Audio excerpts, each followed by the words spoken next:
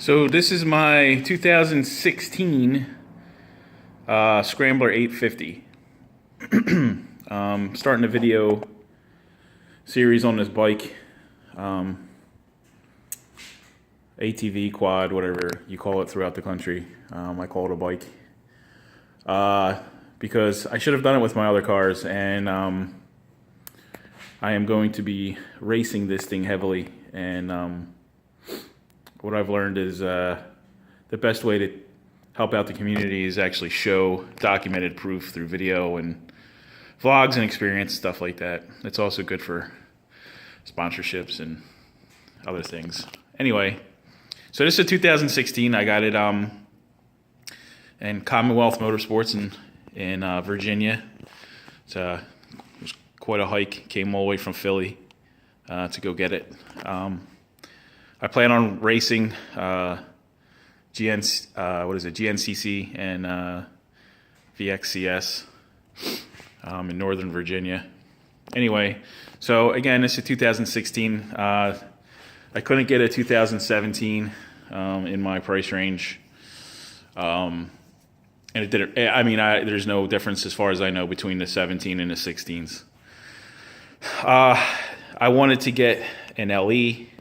However, they don't make the 850 anymore in the LE package, which is disconcerting. So if anyone from Polaris ever watches this, please make the 850 in an LE.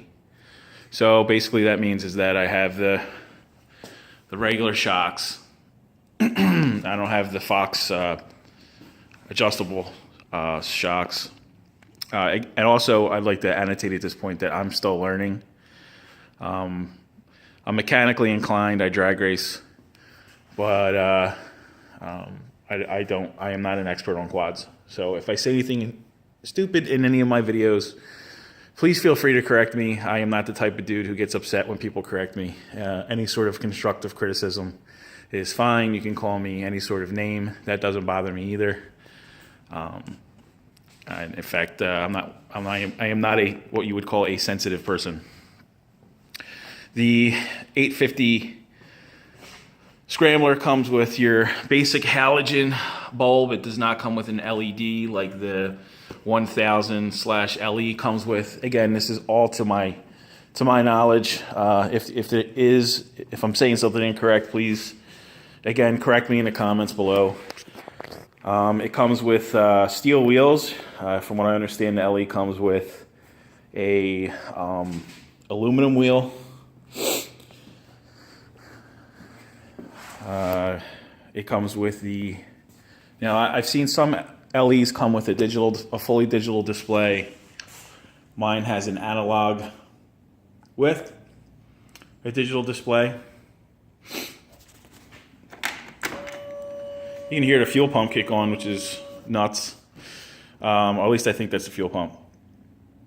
But it's pretty nice. It's nice bright blue, easily readable display. The one thing that I don't like is the interface with the display. It's a little bit wonky. I have my time in military time because I was in the Army, and now I'm forever on military time. It's got a small rack on the back, and it's got a smidge of storage. The bike comes with a spanner for the adjustable. Has a small amount of adjustment for the coilovers or shocks, whatever you want to call it. But I can tell you it's pretty quick. I used to ride quads back in the day. I've had several motorcycles before I went into the Army, and this thing's pretty fast. I've been told by other people that there's not that much of a noticeable difference between a 850 and 1000 on the trails until you get into a drag race. But this thing's not made for drag racing. What else? I think that's just about it. So in the coming months, I'm going to be riding this thing pretty hard. I have had a couple heat cycles through this bike. This is brand new. I still got to get the engine broken in correctly, and then I'll start whaling on it.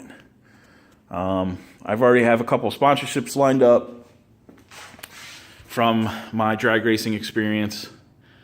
So that's good. That's encouraging. But hopefully you guys will enjoy this blog. Oh, it's also, I'm sure everyone already knows this, but the Polaris says the on-demand all-wheel drive.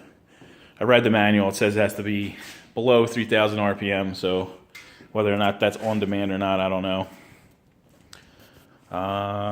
So yeah. It comes only in white, from what I understand. You can't get any other color except this. I am not... I saw it online. I wasn't too thrilled with it. However, in person, it's starting to grow on me. I hate that phrase, but starting to grow on me a little bit.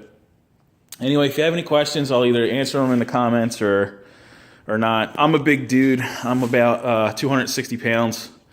The suspension is, it's floaty, but not in a bad way. Like from my limited trail running it around in my woods back here, the suspension is something else.